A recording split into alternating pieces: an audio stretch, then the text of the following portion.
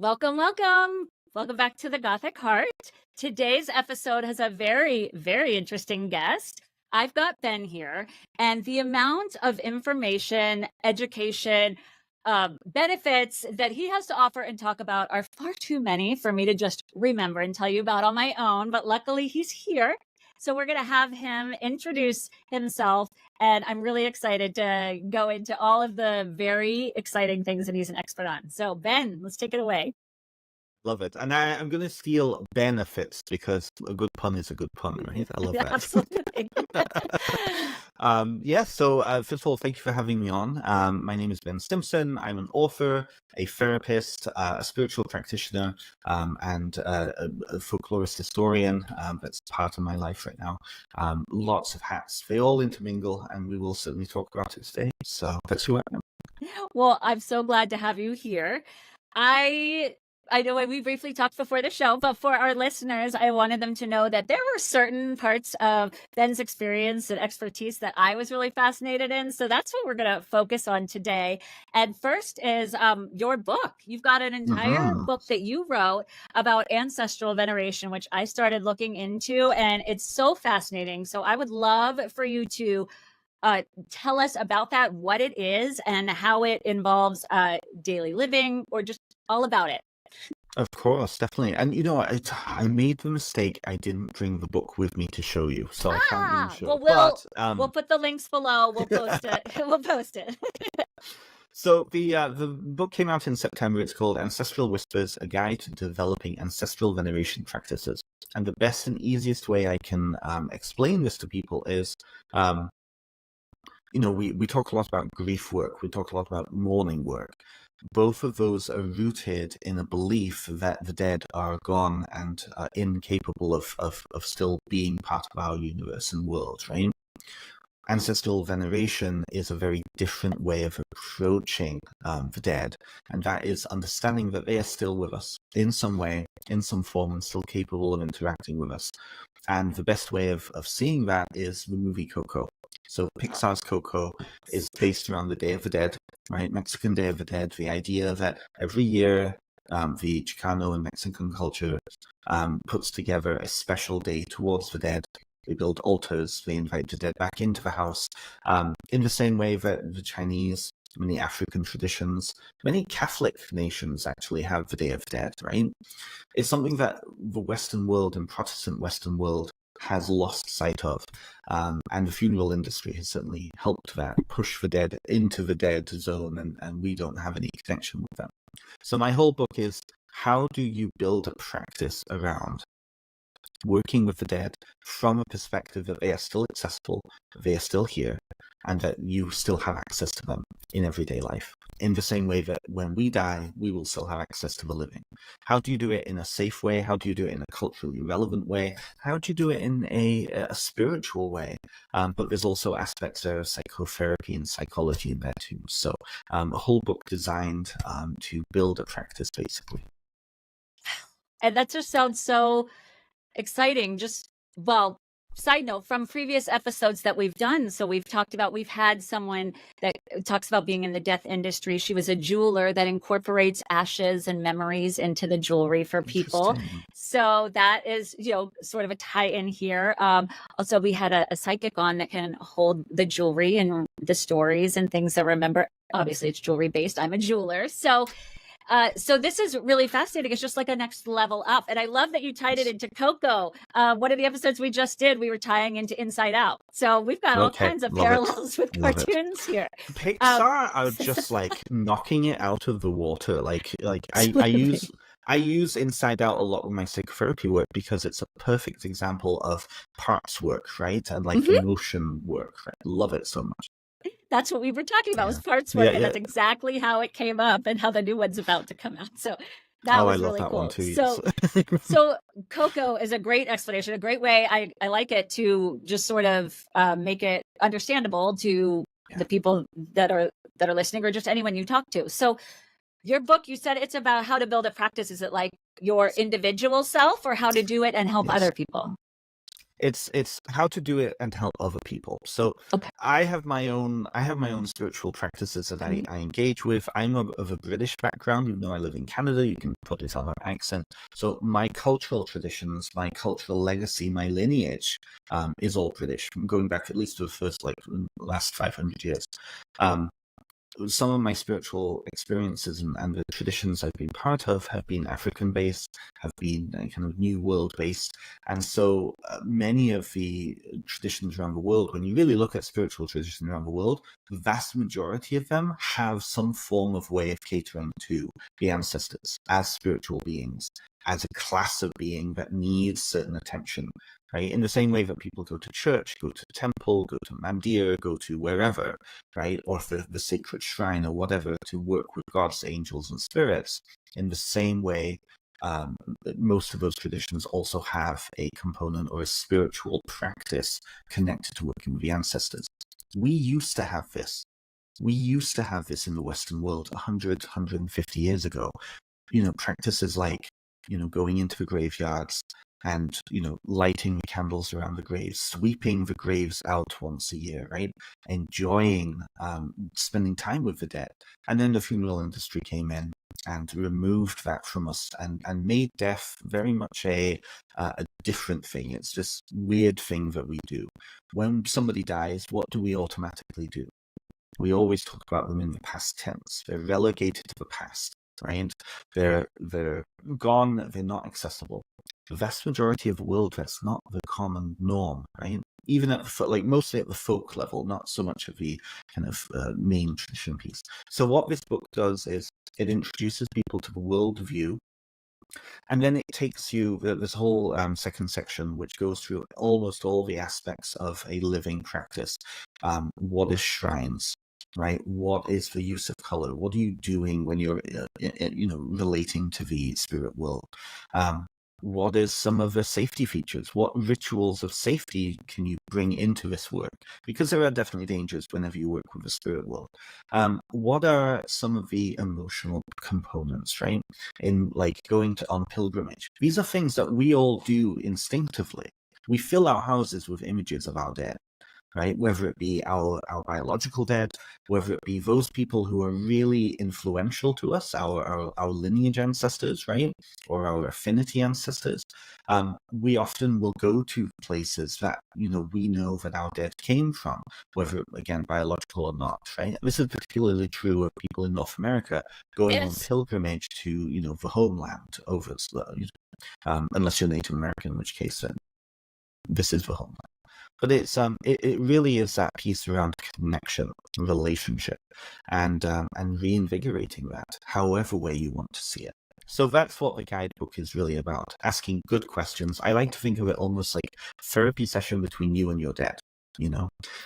Bringing you back into relationship, and relationship in action, which is ritual, which is activity, which is going to a psychic medium and speaking to them, right?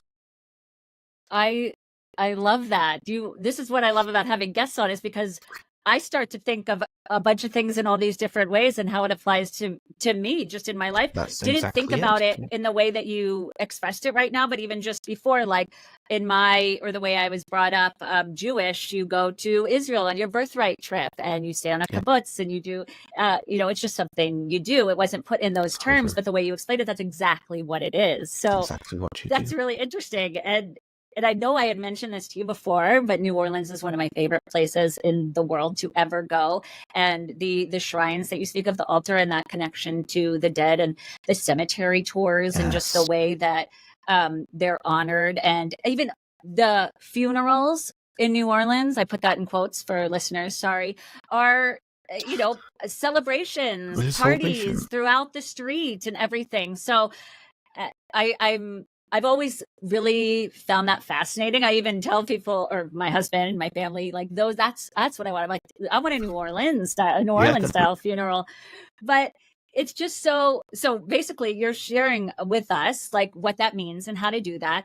What kind of, as a therapist, and we work with people on their mental health, what kind of benefits or what kind of improvements or things that can we see by incorporating that? A lot of what I work with is family trauma, right? Okay. And cultural community trauma. And I can give you a very good example of this. So coming from a Jewish background, going to Israel, right? Going back to the homeland, right? A friend of mine went and first time going back after many, many, many, many years, and they went to the museum of the commemorating the Shoah, right? Walking into that space, seeing those images on the wall, seeing those faces, seeing those names, placing stones, right? I blanking on whether or not that's one of the traditions of placing a stone in that space, but I know that that's one of the traditions, right? You automatically have that connection to these people, this mass of ancestors who were suddenly and very quickly just gone, right? That memory piece is a way that not only does the culture and individuals play out and work on that trauma, but it's also then tying and feeding that need of those ancestors to be remembered, of those ancestors needing to have that story told and to have their individual stories told. So we take that and we can apply that to our individual family lines. And this is something that I think a lot of cultures around the world do. They just don't necessarily realize it.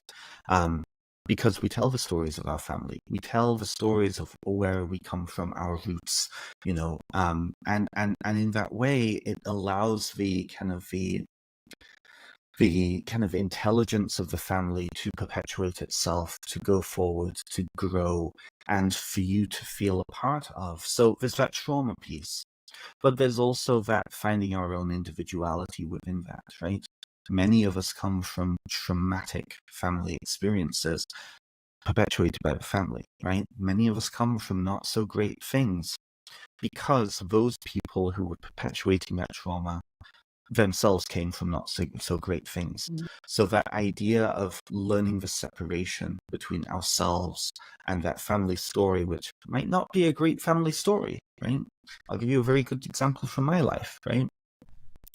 When I during my psychotherapy training, I had to do a family history of myself and to look at patterns and behaviors of family stories, narratives that are passed down in the family culture. And one of those things that I saw in my family line was 5 generations, 6 generations before, 2 of my paternal and maternal grandfathers were in the workhouse. And the workhouse in the UK, in England at that time, 1850s, was a debtor's prison. If you didn't have anything, if you were bankrupt, if you were just destitute, you would go into these places and they would keep you alive, but you would have to work for it. And it took you a long time to get out of those prisons, those debtors' prisons. And from that was generated on both sides of my family a narrative of being a self-made person. And that carried down through the line as being an entrepreneur, being self-employed, big one, right? So a lot of them, my ancestors went into the trades. Of course, what happens with that is workaholism, alcoholism, perfectionism, all of these really negative things that are associated with high-intensity work like that came down the family line. And so it's there's no question why both my parents ended up coming together, because they saw in each other that same kind of work ethic in the family, but it was very, very negative to family culture. So understanding that piece just from a family history point of view unlocked a few things for me. But then from an ancestral veneration practice point of view, actually being able to go to these ancestors to gain answers as to why. Why was this allowed to perpetuate? What was the hardships that you had to go through in order for me to be born? And I gained a lot of insight, a lot of empathy and compassion for people who were just trying to do to live, but also causing issues as they were trying to do that. Wow. Yeah. It's so that understanding. Well, I mean, I heard you say it. So learning that and understanding it caused you more compassion and more empathy. Or that I feel like that. I mean, that's really speaking to me right now, just because with parents, just in general, right, when they're either getting a little older and more disabled, them having to do a lot more, and of course, I'm yearning for my life before having to do that, right? But this understanding would probably give me more compassion, more empathy, which I keep telling myself I need, but I'm not getting. So It really speaks We to me get what you said caught in there. that story, right? We get caught in those stories because oftentimes family cultures are developing, especially dysfunctional family cultures, they develop in such a way that they will ostracize anyone who threatens the status quo, as even as unhealthy as that status quo is, right? And in the more collectivist culture that you get, the more that dysfunction can become a big thing. We see this a lot in individualistic cultures too. The drive to be an individual, to be, everything is dependent on us succeeding, us individually succeeding. It causes a lot of pressure when you come from, a family culture background which is more collectivist, where the needs of the family outweigh the needs of the individual. Right? There's a lot of pieces to that. Yeah.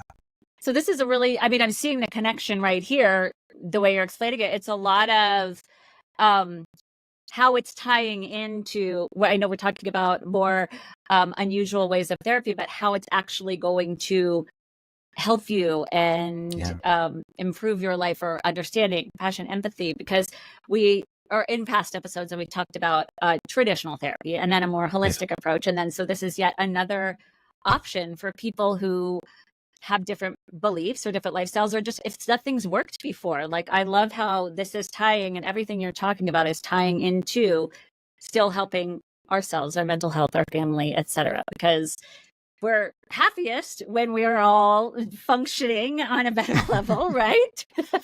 We are. I mean, I see this all the time. It's one of those things, but I think it's one of those things. This is the Western kind of psychotherapy model, which is not as conducive to collectivist cultures when you look at it, is again that onus on us being the healthiest, us being the best, us becoming the most sound.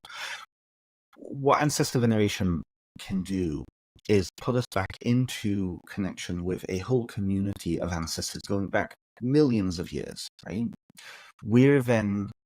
We're part of that whole, and that whole is still there as a support for us. One of the things that a lot of African traditions will say, and it's this saying in particular comes from Cuba, but ancestors of the ground that we walk upon, where we walk is up to us, right?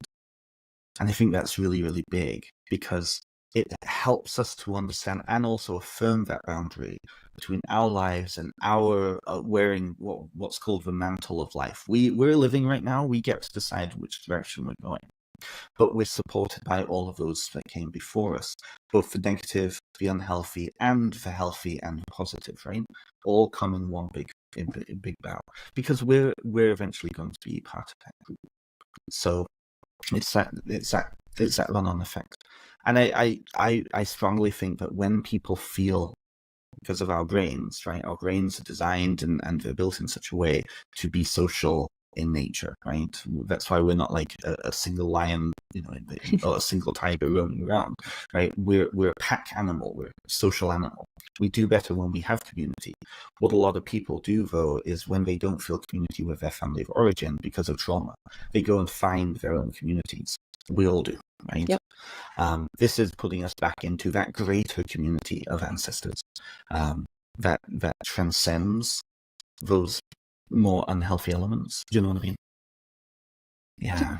It's an excellent way of putting it or explaining it to a novice I'm word such as walling myself. right now. I apologize, but no, it's making me understand and seeing it in myself and thinking the different ways, which is exactly what we wanted you on here to do, was help open our minds and show alternative options and things depending on what we're going through.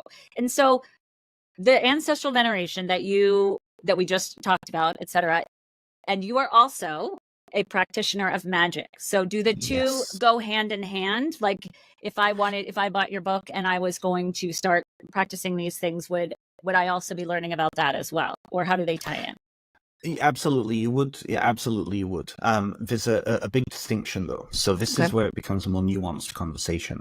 So the idea of magic, the basic idea of magic, is that we are able to, through ritual and through practice, through sympathetic connections, this idea of Jungian synchronicity, right? That the whole world is connected through very subtle strings, all attaching everything to each other. Magic is essentially the study of and the learning of how to pluck certain strings in certain ways to affect change. right? That's what all magical thinking is all about. And magic is something that we all do anyways. Whenever you wear a lucky, like baseball players, right? Whenever they wear lucky underwear or lucky socks, right? Right? Or when you wear, a certain amulet because your astrology tells you it's really good, right? That is magic, right? We do this in a way with ancestors and we don't even realize it. When we're wearing an heirloom, let's say, you're given a ring by your bubby, right? Yes. And it's been passed down through the generations and it becomes a lucky charm to you. I have to put a bubby's ring on because I'm going somewhere special. That is ancestral veneration. And that's also blessing because that's a blessing, right? So that piece around utilizing ancestors in that way is to come into contact with them, recreate or strengthen those relationships so that you can then accept their hand and guiding blessings, right? In that way, it's magic. I often will argue against this idea of people going in like, I want to use my ancestors to get a car. I want to use my ancestors to get blah, blah, blah, right? It doesn't work like that. Can you imagine going into, your great aunt's house and being like, okay, I want a new house. How are you going to help me with this, right? My culture, I'd be slapped upside the head, right? So instead, you build relationship. You build that foundation, and through that mutual support that's coming down the grapevine to you. Because in ancestral veneration that I've seen across the world, the underlying kind of idea of what the ancestors want for us is to create more ancestors. They want life to continue. And that's often usually through, procreation and the continuation of the world and whatnot, right? Now, what I've experienced is that I can be a good support to the rest of my family because I'm probably not going to have children, right? But I can still, through them supporting me, getting me into my healthiest place and getting me to be the most productive person I can be in my life, I can then add to the world and perpetuate the world. And that's really what the ancestors' main goal is. Very different from spirit guides, very different from the angels, very different from deities, right? So in that way, then, I appease the ancestors through my veneration practices, and through that, I then have an in to request, I need support with this, or can you help me guide me this? And people get these anyways. If you've ever had that nudge, or whenever you've smelt like perfume and it was like, your great grandmother's or something like that, right? And it's a reminder to you, that's the psychic that came on probably spoke about this, right? Receiving nudges. Yes. Oftentimes our ancestors are doing that for us too, right? So it's becoming aware of that through this veneration practice, which is the vehicle for relationship. And in that way, then magic can happen, right? But yeah, magic in other ways, like working with spirits or working with folk charms or something like that, ties into the ancestral practice because a lot of those folk charms, a lot of those magical practices are tied to culture. And of course, the folk, it's folk practice, right? It's the practices that are passed down within the culture by your ancestors, right? So that current is really strong. I also practice other forms of magic too that aren't connected to my ancestors, but in those moments, I'm connecting with other ancestors, lineage ancestors, those who practiced that thing before me. I call them in or create those relationships. Yeah. So it still plays a part in totally does. In all of it. So, okay. So then in your practice or helping others, psychotherapy, is this something that you almost always recommend or have people do? Is it part of your process or is it only sometimes? With psychotherapy, we have to be very, very cautious. It's like taking one hat off and put another, right? So I do work as a spiritual psychotherapist, which is really just a convoluted way of saying transpersonal, Jungian, all of these things, right? I often will, like family stuff always comes up with therapy clients, almost all the time. It's not so bad that I'm sat there writing mother, underlining it multiple times, right? But it does come up. It's right. a big thing. So I can utilize some of the techniques in ancestral veneration practice. People have come to me. I often work within spiritual communities anyways, where people are interested in creating rituals for themselves. And then it just comes down to in name only, right? What is the difference between practicing ancestral veneration and setting up a memorial cupboard to your ancestors? It's just how you're looking at it, right? It's that intention of what's behind it, right?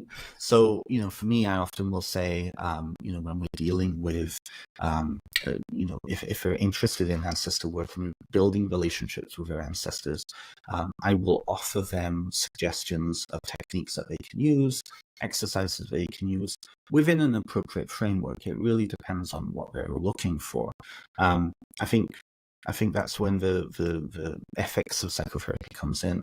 Somebody is dealing with mental health disorder or issue where, working through like visualizations or meditations or something like that could very negatively impact their specific mental health issue, and that's off the tables, right? But for most people I work with, I don't work with many people dealing with things like that. Most people, it's about connection, it's about building, and in which case all of these techniques are just ways of building those connections. Sometimes I do work with people who are interested in building like spiritual practices around their therapy stuff, in which case then it's catering them to what's healthiest for them. Because spiritual bypass is a big problem for a lot of people who are in these spiritual communities. Have you come across that term before? No, I was just going to say spiritual bypass. Could you elaborate a little bit? Of course. So it's one of the dangers of working as a spiritual psychotherapist is people who are interested in spirituality will come. Like any other form of bypass, what it is when you replace one thing with another in order to ignore the first thing. Right? So those people who are really interested in working with their ancestors because they have family trauma, but they only want to work with their ancient pagan Celtic ancestors, that's it. They want to ignore all of the hundreds of generations in between or dozens of generations in between because they are not the types of ancestors that they're interested in. With that, I would then look at narrative. I would look at how is my client relating to these ancient Celtic pagan ancestors, from Scotland 2,000 years ago. How is that group or their perception of that group and the story that they've developed impacting their own story and how they walk in the world now? That's as much ancestor veneration as sitting down and building an altar and all that, because we're looking then at what's their relationship. It all comes back down to relationship. So I guess it's a difficult question to answer because there's so many elements to it. Yeah, but it did. I see where you're going with it, and that does make sense. And part of what you said earlier about how we're all doing magic, the lucky, hair tie or the jewelry that you're wearing.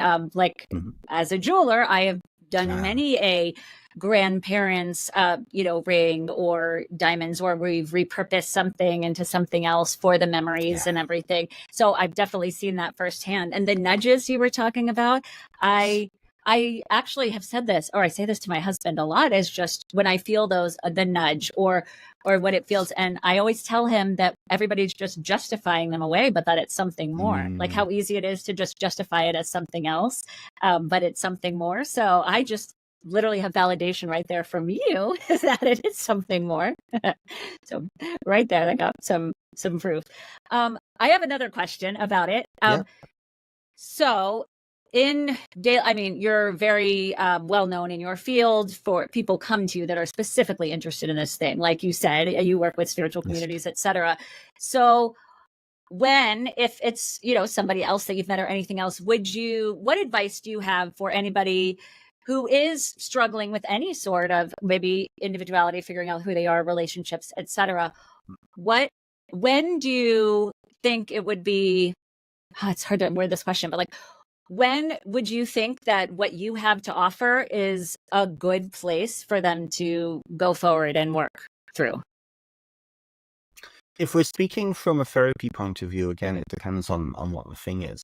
I would say I would go into the narrative there. What is their relationship to their understanding of themselves as an extension of their family? Okay. I would also look at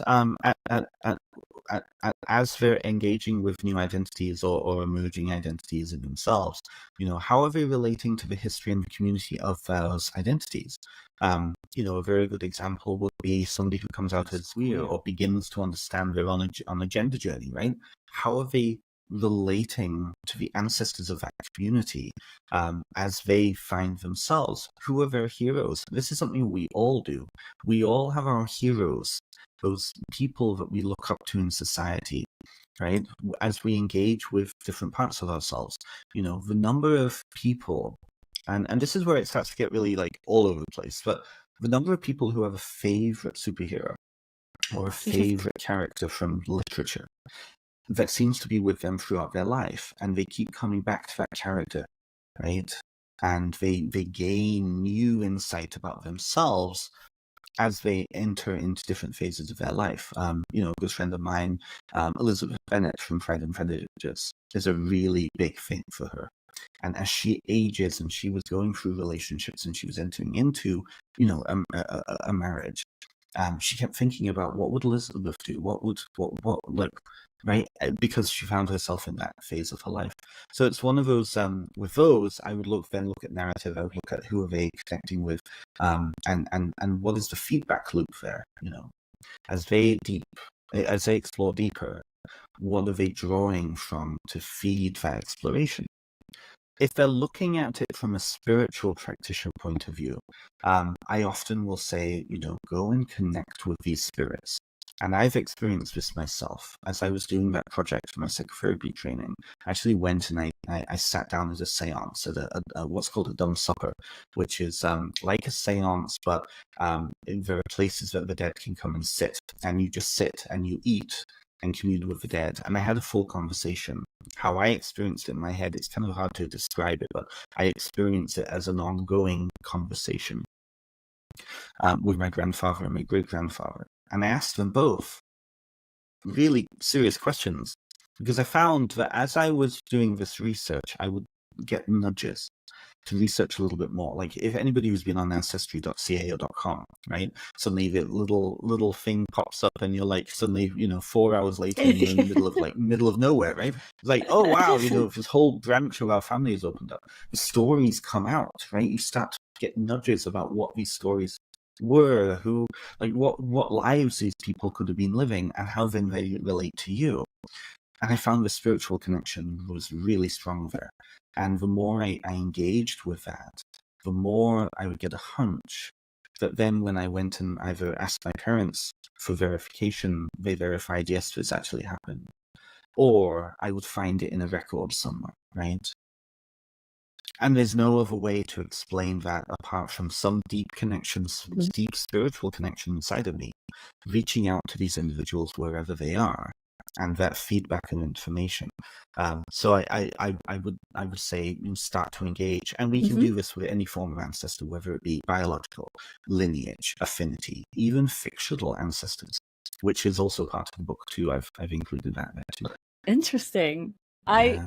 What you just said about just really everything that you've talked about and then going back to the ancestors of where you came from and ancestral relationship, I feel like that's just skipped always. We're always going, this is us now. How can we move forward? We're forgetting to look at all of that. So that's a big, huge piece that's completely missed in anyone that I've brought on so far. I mean, we've discussed with the psychic and the clairvoyant about, contacting them and talking with them, but not necessarily about sitting down or making that a part of your life and learning and communing and growing with that as a part of it. So that I find really fascinating, because it's just not something that's ever come up before. And the benefits or the things that you can learn and take out of it seem exponential, seem like a lot. It's huge.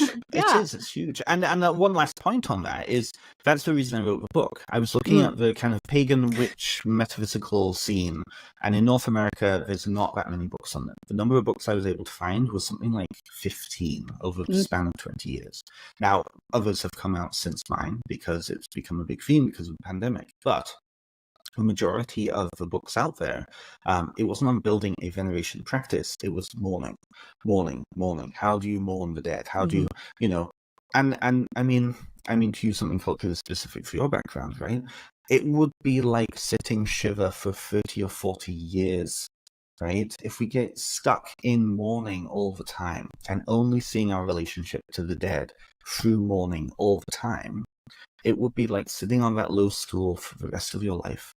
And that wouldn't, it doesn't do anything for you or the dead, because they have places they need to go to. Same with you, right? That's an excellent point. I also, well, that's an excellent point. But I also, while you were talking before about the Dumb Supper, it made me think, again, these are things I just from my experience growing up Jewish in the Jewish religion, but obviously I'm sure there's things in other religions, but we don't speak about it in the way that you speak about it. But absolutely at Passover, we leave an extra seat for Elijah. Just like you were saying, our ancestors from the past. So it's so interesting how it's here. It's in our everyday life. Nobody gives it a second thought, but it's truly what you are speaking of. And communing with your ancestors, ancestral veneration, part of magic, the nudges, all of that is literally incorporated in, well, for me, I see it in the Jewish religion because I always brought up it. I know you've mentioned all the other cultures that it's brought in. So it's a really new, interesting perspective or take of seeing it that way. It's something that very particularly Western Protestant Europe disconnected us from. And that Protestant piece is really tied in with capitalism and that sense of individuality, right? That sense of we have to be individuals, we have us, right? That's not a norm when you look around the world. And that goes back to the most ancient of religions. I have a religious studies background, right? It goes all the way back. You see this in all of these different cultures. And you see this particularly in Catholic cultures, because there's an element of Catholicism, but when they came in and converted everybody, there was a tolerance of folk tradition. And that's often where you see ancestral veneration practices syncretizing with the main tradition, but often and so this is why South America has so many, right? Africa has so many traditions, right? Yeah. I love that. I've got my brain is opened up right now. I've got so many things I want to look into. So, I mean, I've gotten all my questions answered. Hopefully that's what my listeners want to hear. But as a side note, you have so much to offer. Is there anything I missed maybe that you want to talk about or share? So I'm kind of in between projects right now. So so the Ancestral book came out last year in September. I'm actually just finished a huge, massive, and I guess it's ancestral in a way, a huge, massive folklore book on witches and cunning folk, and again stories that were part of the world of life before the dawn of the 20th century. And a real deep dive into that. So I do have another book coming out spring 2025 through a publisher named Cross Crow Books over in Chicago. They are, if you're interested in magic, they're producing a lot of magical texts and folklore texts right now. They've just recently brought on somebody from two writers from Pakistan to talk about folklore of the Khyber Pass in Pakistan, which is really, really cool. So that book is going to be coming out spring 2025, and it's a deep dive into the stories of witches and the stories of cunning folk, which is an aspect of everyday life that has really disappeared. These are the people who you would have gone to get your fortunes told, to if you had a missing cow or missing money, you would go to them to get your fortune told, to tell you where they were. They were often also the ones that were giving you charms to protect your family. They were often also the midwives to the wise women, the wise men, and they were prolific. They were prolific in Europe, they were prolific in North America, and you still occasionally hear stories of them being told in the folklore of North America and Europe. So that's coming out soon, and in a way that is ancestral too, because these are the figures that, again, they're part of that folk background and the stories that we're told, and they're part of that communal culture. So I'm really excited about that. But more details for that will be coming out soon. That's amazing. And 2 books in such a short time. And as a side note, well, just for me and listeners, I saw who you work with, publishers, the Llewellyn Cross, and I'm actually going to my bookshelf in the other room, well, actually multiple bookshelves in the other room, full of their books. I've got all kinds of things over there. So I just need to add yours onto it. But no, it said I'm going to add just in the comments or show notes just about, all the things that they talk about, how that's so perfect that you're working with them. And I also forgot to mention to our listeners that you have a podcast too, as well. So can you just quickly sort of let us know the topics and themes and what it's about so they can check it out as well? Totally. So the podcast, very specific, very niche. The entirety of the guests, and I've got about 70 episodes up there now, are all pagan, metaphysical, witchcraft, occult authors. So many of them are through Llewellyn. Many of them are from some of the other publishers in North America there. And yeah, so we talk about their life, their work, and tons of people. These are some of the bigger names as well. So if people are interested, it's Essence Podcast with Ben Stimpson. All right, we'll link everything below as well to make it easy. But yes, definitely subscribe, because that's exactly what I did when I found out about it. And just our talk. Well, thank you so much for being here, Ben. But I wanted to know. Thank you. This has been wonderful. Thank you. Well, thank you. I mean, my brain is just opened up, and just some things that I want to look at just personally, but also as a side note, professionally, I got so many brainstorms of ways I can incorporate those things into jewelry right now. It's huge. Many things, because jewelry, I mean, it's huge.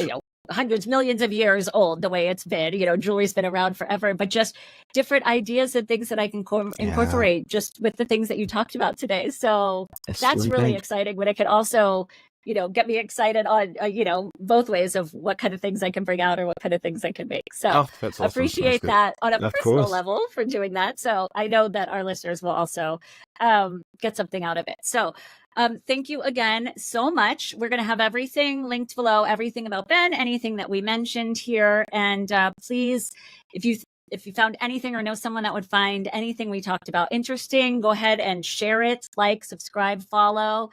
That's how we keep this going. So thank you so much, and we'll see you next time.